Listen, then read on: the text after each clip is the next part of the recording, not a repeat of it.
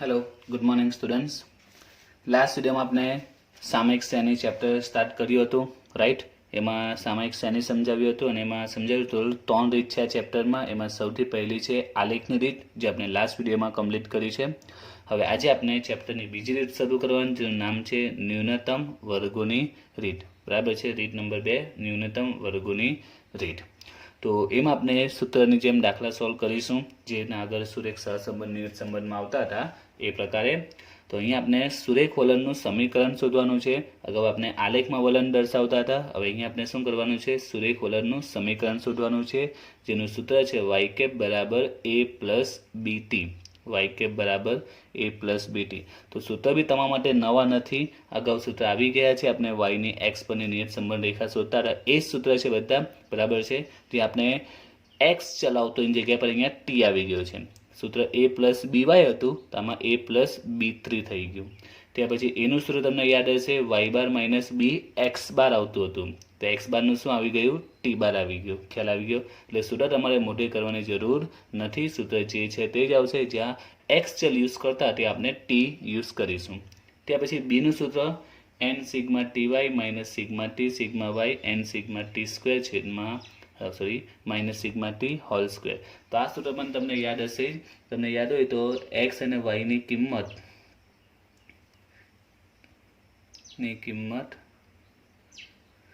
20 થી નાની હોય, બરાબર છે, ત્યારે આપણે એક બીનું સૂત્ર યુઝ કરતા હતા, n sigma X Y minus sigma X sigma Y છેદમાં n sigma X square minus sigma X whole square. આ સૂત્ર આપણે યુઝ કરતા હતા. હવે આમાં આપણે બીના અલગ અલગ સૂત્ર આવતા હતા, બરાબર છે? બીના અલગ અલગ સૂત્ર એટલે કયા સૂત્ર આવતા હતા? કે એક્સ અને વાય, એક્સ બાર વાય બાર પૂર્ણાંક હોય, અપૂર્ણાંક હોય, 20 થી નાની, અલગ અલગ સૂત્ર આવતા હતા. આમાં બીનું એક જ સૂત્ર છે, 20 થી નાનીમાં આપણે જે સૂત્ર મૂકતા તે જ છે. એટલે આ સૂત્ર અહીંયા આવેલું છે, પણ એમને કહ્યું તે ત્યાં આપણે એક્સ વાપરતા હતા, ત્યાં શું થઈ ગયું? ટી થઈ ગયું. જો n સિગ્મા એક્સ વાય, તો એનું શું થઈ ગયું? n sigma T Y. એક્સનું ટી થઈ ગયું. સિગ્મા એક્સ સિગ્મા વાય લખતા હતા, એક્સનું ટી એટલે સિગ્મા ટી સિગ્મા વાય. હવે અહીંયા સિગ્મા એક્સ સ્ક્વેર ને સિગ્મા એક્સ હોલ આખાનો સ્ક્વેર આપેલો છે, તો જો n sigma T square minus sigma T whole square, right? તો સૂત્ર સિમ્પલ જ છે, તમારે મોઢે કરવાની બી જરૂર નથી, એકદમ ઇઝી સૂત્ર છે, રાઈટ? લાસ્ટ વિડીયોમાં આપણે લાસ્ટ ચેપ્ટરમાં આપણે જે સુરેખ નિયત સંબંધમાં બની ગયા એ સૂત્ર છે, અને એમાં પણ એના કરતાં પણ ઇઝી છે. એમાં તો બીના અલગ અલગ સૂત્ર આવતા હતા. આમાં સમજો ન્યૂટન વર્ગની રીતમાં આટલા જ સૂત્ર તમારે યાદ રાખવાના. હવે બીજું આમાં કોઈ નવું સૂત્ર આવવાનું નથી, ફક્ત આટલા જ સૂત્ર છે. હવે વાય બાર ને ટી બાર શોધવાના, તો વાય બાર સિગ્મા વાયના છેદમાં n, ટી બાર સિગ્મા ટીના છેદમાં n, અને ટી એટલે સમય, જે આલેખમાં રીતમાં સમજાવેલું, ટી એટલે સમય કહેવાય. તો મેં શરૂઆતમાં જ કહ્યું હતું આ ચેપ્ટરમાં, પહેલા જ વિડીયોમાં કહ્યું હતું, ન્યૂટન વર્ગની રીત સૌથી ઇઝી છે. જો તમે આલેખની રીત જોઈ, એકદમ ઇઝી હતી, રાઈટ? હવે આજે આપણે ન્યૂટન વર્ગની રીત સ્ટાર્ટ કરવાના છે. તો એના સૂત્ર મેં બધા કહી દીધા, એના સૂત્ર આટલા જ છે, બીજા કોઈ નવા સૂત્ર નથી. તો આ સૂત્ર તમારા માટે નવા છે જ નહીં, બરાબર છે? લાસ્ટ ચેપ્ટરમાં તમે આ સૂત્ર જોઈ જ ગયા છે, ખાલી ચલ બદલાઈ ગયા છે, એક્સની જગ્યા પર શું આવી ગયું છે? ટી આવી ગયું છે. બીજા હવે આ ચેપ્ટરમાં કોઈ સૂત્ર નથી આવવાના. ટોટલ 3 રીત બનવાના છે. ત્રીજી ચલિત સરેરાશ છે, એમાં પણ કોઈ સૂત્ર આવવાના નથી. એટલે ઓવરઓલ મેં કીધું તે રીતે કે આ ચેપ્ટર સૌથી ઇઝી ચેપ્ટર કહી શકાય. હવે આપણે દાખલા સ્ટાર્ટ કરીએ એમાં. તો જોઈએ એમાં પહેલો દાખલા નંબર 3 આવ્યા છે ચેપ્ટરમાં. આપણે એક ફેક્ટરીમાં થયેલ ઉત્પાદનની વિગતો નીચે મુજબ છે. આ માહિતી પરથી વલણ માટે ન્યૂનતમ વર્ગોની રીતનો બી ઉલ્લેખ કરેલો જ છે. ન્યૂનતમ વર્ગોની રીતે સુરેખ સમીકરણ શોધો, બરાબર છે? ઓળખવાની રીત સિમ્પલ જ છે, કાં તો સ્પષ્ટ કયું હશે? ન્યૂનતમ વર્ગોની રીત, આ ઉલ્લેખ કરેલો હશે, અથવા તો કહેશે સુરેખ સમીકરણ શોધો, કારણ કે સમીકરણ ફક્ત ન્યૂનતમ વર્ગમાં જ આવે છે. તો ઓળખો બી સિમ્પલ છે. આલેખની રીતમાં ઉલ્લેખ કરશે કે આલેખની રીતે વલણ શોધો. શું લખશે? આલેખની રીત. આમાં શું કહેશે? ન્યૂનતમ વર્ગોની રીત, અથવા તો બીજો શબ્દ કયો છે? સુરેખ સમીકરણ. આ બે એના ક્લુ છે રીત ઓળખવાના. અને બીજો સવાલ પૂછેલો છે, વર્ષ 2020 અને 2025 માટે ઉત્પાદનનું અનુમાન મેળવો. તો 2020 ને 25 માટે જે ઉત્પાદનનું પૂછેલું છે એ આપણે પછી જોઈએ. સૌથી પહેલા આપણે શું શોધીએ? આપણે સુરેખ વલણનું આ સમીકરણ જે પૂછેલું છે તે સુરેખ સમીકરણ. તો એ સુરેખ વલણનું સમીકરણનું સૂત્ર y કેપ બરાબર a પ્લસ બીટી. તેના માટે આપણે a અને b શોધવા પડશે. અગાઉના ચેપ્ટરની જેમ a પ્લસ bx આવતું હતું, તો આપણે a અને b શોધતા હતા અને આમાં કિંમત મૂકતા હતા, રાઈટ। અને ત્યાર પછી અહીંયા એક્સની કિંમત ક્વેશ્ચનમાં આપેલી હતી કે એક્સ બરાબર આટલા હોય ત્યારે વાય શોધો, તો આ જ છે વર્ષ આપેલા છે તે, કારણ કે વર્ષ એટલે શું કહેવાય? સમય કહેવાય, બરાબર। વર્ષ એટલે આમાં આપણે ચેપ્ટરમાં સમય એટલે કે ટી, એટલે આપણે જે ક્વેશ્ચનમાં એક્સ આપતા હતા બસ એના માટે અહીંયા ટી આપેલો છે। તો સ્ટાર્ટ કરીએ દાખલો। વર્ષ આપેલું છે અને ઉત્પાદન આપેલું છે, તો સૌથી પહેલા આપણે કોલમ બનાવી દઈએ વર્ષ અને ઉત્પાદનની। તો વર્ષ અને ઉત્પાદનની કોલમ બનાવી દીધી છે। હવે આલેખ રીતમાં સમજાવેલું તે પ્રકારે કે જે વર્ષ આપેલું છે એટલે એને આપણે સમય કહેવાય, એના માટે આપણે એક સમયની કોલમ બનાવી દેવાનું, સમય એટલે ટી, અને ઉત્પાદનને આપણે વાય અથવા તો વાયટી, એટલે આપણે વાય લખીએ છીએ, વાય અથવા વાયટી બંને લખી શકાય છે। તો સમયને આપણે જાતે બનાવતા હતા આલેખમાં તે રીતે આપણે સમયની એક કોલમ બનાવી દેવાની છે, 1 2 3 4 ને 5, બરાબર છે। તો એક પોઈન્ટ યાદ રાખજો, જે આલેખમાં કરતા તે જ રીતે વર્ષમાં સમય શું આપેલું હશે? સમય તરીકે વર્ષ હોય, મહિનો હોય, અઠવાડિયા હોય, દિવસ હોય, જે પણ માહિતી આપેલી હોય એના પર તમારે એક સમયની કોલમ બનાવી દેવાની, જેને કહેવાય છે ટી, 1 2 3 4 5, રાઈટ। હવે આમાં આપણે કરવાનું શું છે તેમ, તો આમાં જે નિયત સંબંધમાં કરતા તે આપણે એક્સ બાર ને વાય બાર શોધતા હતા, તો આમાં વાય બાર અને ટી બાર આપણે શોધી નાખવાનો આવશે, વાય બાર અને ટી બાર, રાઈટ। તો એના માટે આપણે સરવાળો કરીએ, વાયનો સરવાળો કરીએ તો એ આવે છે 253, અને ટીનો સરવાળો કરીશું તે આવશે 15। હવે શોધી નાખીએ વાય બાર, સિગ્મા વાયના છેદમાં એન, 253, એન છે 5, 253 ભાગ્યા 5 50.6, અને ટી બાર શોધી નાખીએ, સિગ્મા ટીના છેદમાં એન, ટોટલ 15/5 બરાબર 3। તો વાય બાર મળી ગયો અને ટી બાર મળી ગયો। જે પ્રકારે પહેલામાં દાખલા આપણે ગણતા હતા નિયત સંબંધમાં, એ જ રીતે અહીંયા આપણે દાખલો ગણવાનો છે, ઓકે। તો વાય બાર મળી ગયો, ટી બાર મળી ગયો। હવે આમાં આપણે શોધવાનું શું આવતું હતું? પહેલા ચેપ્ટરમાં યાદ કર્યો તો આપણે એ અને બી મેન શોધવાના આવતા હતા। તો એનું સૂત્ર છે વાય બાર માઇનસ બી ટી બાર, તો એ શોધવા માટે આપણે પહેલાં બી શોધવું પડશે। તો બીનું સૂત્ર જો એન સિગ્મા ટી વાય, એટલે કે ટી અને વાયનો શું કહેવાય? ગુણાકાર કહેવાય। એટલે આપણે કઈ કોલમ બનાવવી પડશે? ટી વાયની કોલમ બનાવવી પડશે, બંનેના ગુણાકારની। પછી બીજું જો સિગ્મા ટી સિગ્મા વાય, એટલે કે વાય અને ટીનો સરવાળો, એ તો આપણી પાસે છે જ।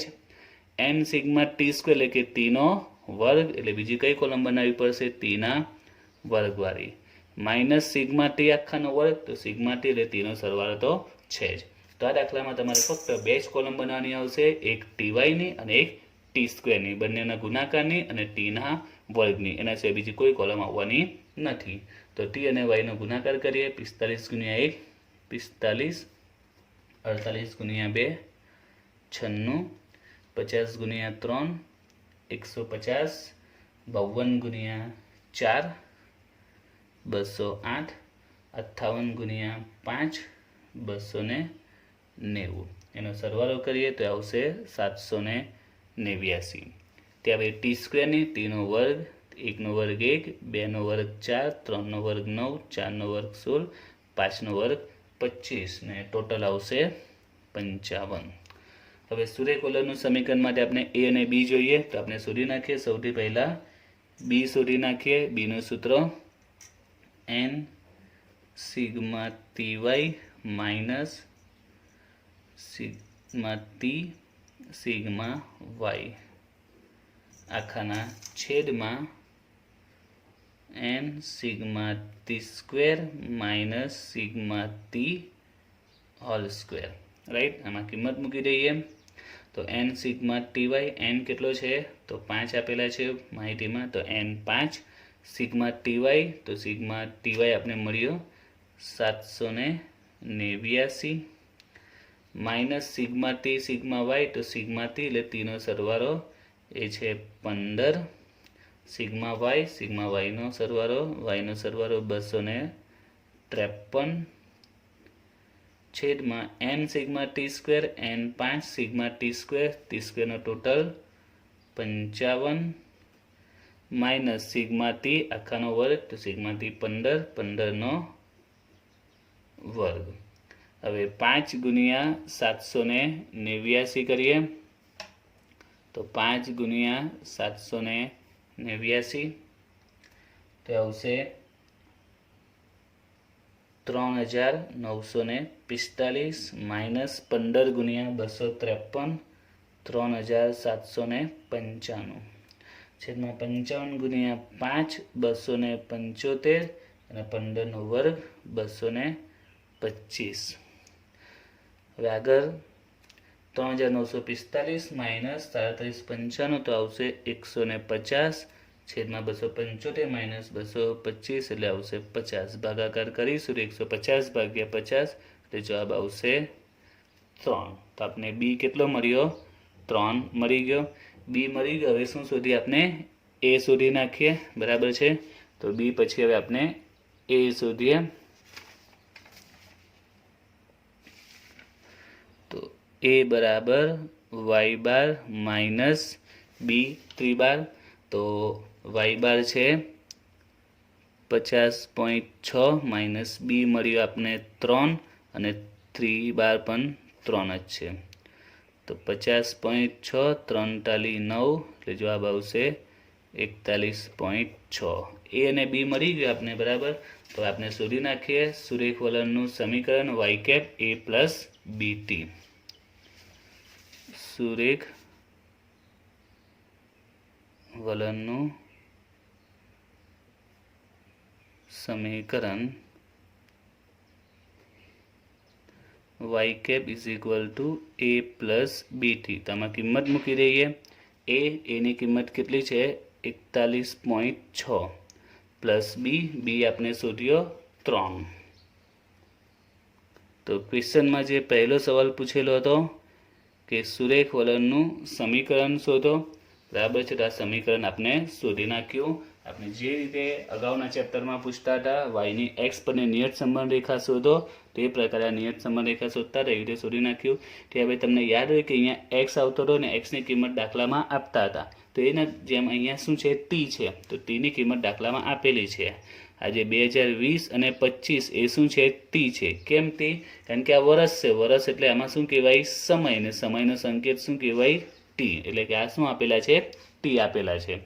હવે અહીંયા એક પોઈન્ટ છે આપણે સમજવાનો છે. તેમ તો શું શોધવાનું છે આપણે? 2020 માટે શોધવાનું છે અને 2025 માટે. પણ આપણે કિંમત ટીની મૂકવાની છે આની અંદર. 41.6 પ્લસ 3t. અહીંયા પણ 41.6 પ્લસ 3t. હવે અહીંયા સવાલ છે કે ટીની કિંમત કેટલી મૂકવાની છે તે. તો અહીંયા 2020 એટલે કે ટી 2020 નહીં કહેવાય. 2025 એટલે કે ટી બરાબર 2025 ન કહેવાય. આ પોઈન્ટ હવે ધ્યાન આપજો. તો જો આપણે અહીંયા 2015, 16, 17 આપેલા હતા, રાઈટ. તો આપના માટે સમય છે ટી છે. બરાબર. પણ આપણે સમયને ટીને રકમને નાની કરીને 1, 2, 3 નંબર આપેલા છે.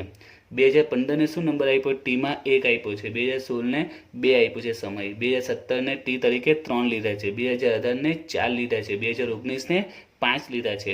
તો આપનો શું છે? અહીંયા 2020 છે. તો તમને ખ્યાલ આવી જવો જોઈએ કે 2015 1 છે, 2016 માટે સમય ટી 2 છે, 2017 માટે ટી 3 છે, 2018 માટે 4 છે, 2019 માટે 5 છે. તો આ 2020 માટે ટી કેટલો થશે? 2019 માટે છેલ્લે કેટલો છે? 5 ટી લીધેલો છે. 2019 માટે ટી બરાબર કેટલા છે? 5 છે. આપણે કોના માટે શોધવાનું છે? 2020 માટે. તો પછી 2020 માટે ટી કેટલો થશે? બોલો. 2020 માટે કેટલો થશે? તો 19 માટે 5 છે. તો 20 માટે કેટલો આવશે? ટી બરાબર 6 આવશે. એટલે અહીંયા 2020 માટે ટી બરાબર કેટલા લેવાશે? 6 લેવાશે. ક્લિયર થયું? તો આમાં અહીંયા જે કિંમત આપી એ ડાયરેક્ટ મૂકવાની નથી. આપણે સમયને વર્ષ છે, રકમ મોટી છે, નાની કરવા માટે સમય તરીકે 1, 2, 3, 4 લઈએ છીએ.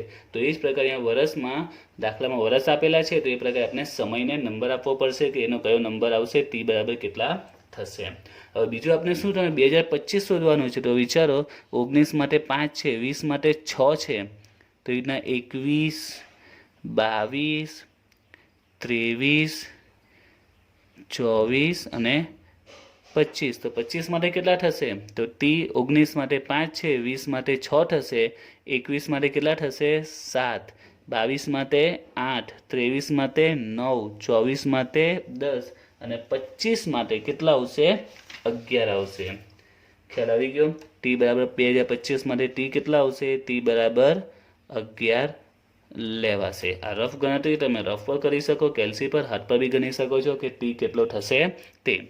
તો એના માટે સિમ્પલ જ છે કે અહીંયા ધ્યાનથી જોવાનું છે. 15માં 1 છે, 16માં 2, 17માં 3, 18માં 4, 19માં 5 છે. તો આપણે 20 શોધવું, તો 20માં 6 થશે.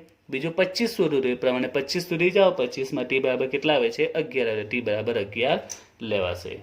ક્લિયર? તો યાદ રાખજો, ઉતારમાં ડાયરેક્ટ આ રકમ મૂકવાની નથી, તમારે એના પરથી ટી શોધવાનો છે. ચેપ્ટર સિમ્પલ જ છે. અત્યાર સુધી ગણતરીમાં કઈ અઘરો પોઈન્ટ નહીં હતો, અગાઉના ચેપ્ટરમાં ભરી જ ગયા છે, પણ આ પોઈન્ટમાં ભૂલ ન પડે ધ્યાન રાખવાનું છે. તો આપણે ટીની કિંમત મૂકી દઈએ.